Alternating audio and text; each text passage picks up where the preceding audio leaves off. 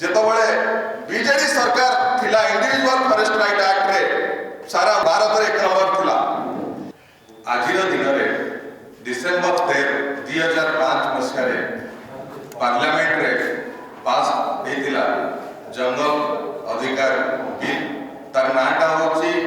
Actually आदिवासी और अन्यान्य पारंपरिक वनवासी जंगल अधिकार स्वीकृति आईन से आईन ना तो यहाँ आज दिन में स्वीकृति लाभ करता पार्लियामेंट रे और 2006 मसीह सेटा एक्ट रे परिणत होता राष्ट्रपति दस्तखत पर कारण डिसेम्बर मास आज दिन में होता 15-20 दिन पर ही होता तेणु आपको जंगल अधिकार स्वीकृति आईन 2006 भाव बेस परिचित आमर जेतबले देश स्वाधीन है सेतबले अधिकांश अंचल बहुत घंच जंगल था आउ जंगल अंचल साधारणतः बास करते आदिवासी आउ अति गरीब लोक से एक्ट रे अन्यान्य पारंपरिक वनवासी बोली कह अलग जातिर लोक मैंने तेणु आदिवासी माने आउ अन्यान्य पारंपरिक वनवासी माने जंगल को जो व्यवहार करुले जो काम चाष विभिन्न जंगलजात द्रव्य संग्रह करवा काठ आनिबा ए सब को आमे जेतबळे फॉरेस्ट एक्ट करागला ब्रिटिश समय ताको प्रॉपर्ली डॉक्यूमेंट करके तांको अधिकार गुडी को स्वीकृति दिया जायला तेणु 2006 मसीह तांकर जो पारंपरिक अधिकार था जंगल उपरे जो ऐतिहासिक अन्याय हेतिला आदिवासी उपरे और अन्य पारंपरिक वनवासी उपरे ताको हटेवा पाए तांकर जो अधिकार गुड़िक पारंपरिक भाव थिला केवल पशु शिकार आ पशु मानक अंग प्रत्यंग काटिबा को छाड़ी आउ जेते पारंपरिक अधिकार थिला सब गुड़िक एई आईन में स्वीकृति लाभ करिछ। एई आईन को प्रणयन हला परे और रूल हला परे 2008 मसीह रे सब राज्य सरकार माने भारत वर्ष रे आकु इम्प्लीमेंटेशन आरंभ कले एवं आम राज्य रे भी एटा इम्प्लीमेंटेशन आरंभ होइतला। एई आईन रो मुख्य लक्ष्य हला जंगल सुरक्षा जैव विविधता सुरक्षा और आदिवासी और अन्य पारंपरिक वनवासी जीवन जीविका को सुदृढ़ीकरण और जीवन जीविका को और सहज करवा एई आईन रो मुख्य लक्ष्य किंतु सेतबळर बीजेडी सरकार ए आईन को ठीक से बुझिलानी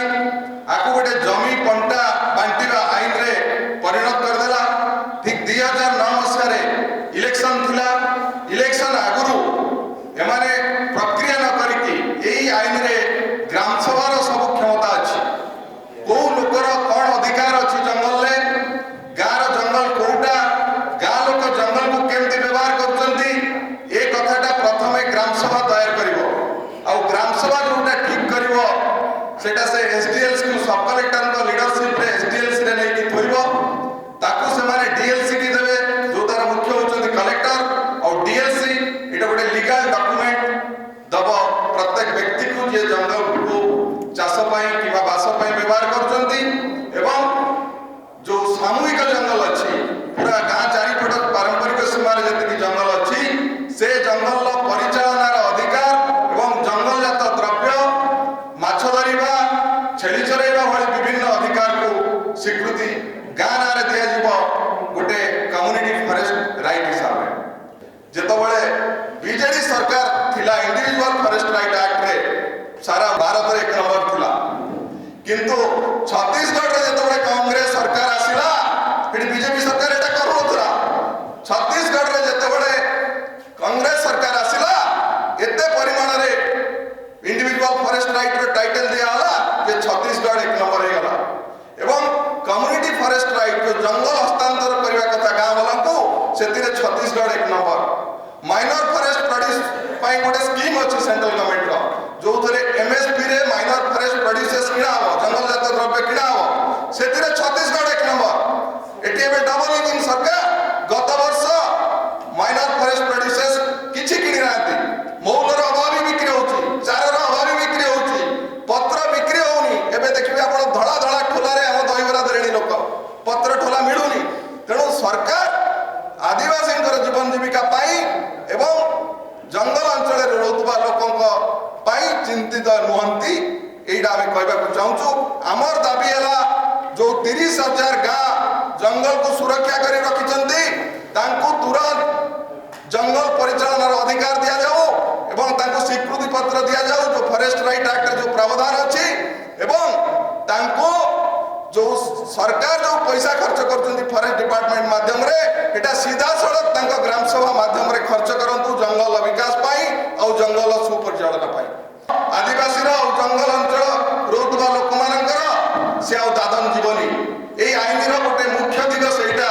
जे जेहेतु ता जमीर रेकर्ड नहीं ताको लोन मिलुनी से जमीर से जलसेचन करि पारुनी कि हाई वैल्यू क्रॉप करि पारु नाही तेणु जमीरे जदि ताको टाइटल मिलिबो ताले सेठी एमजीएनआरआई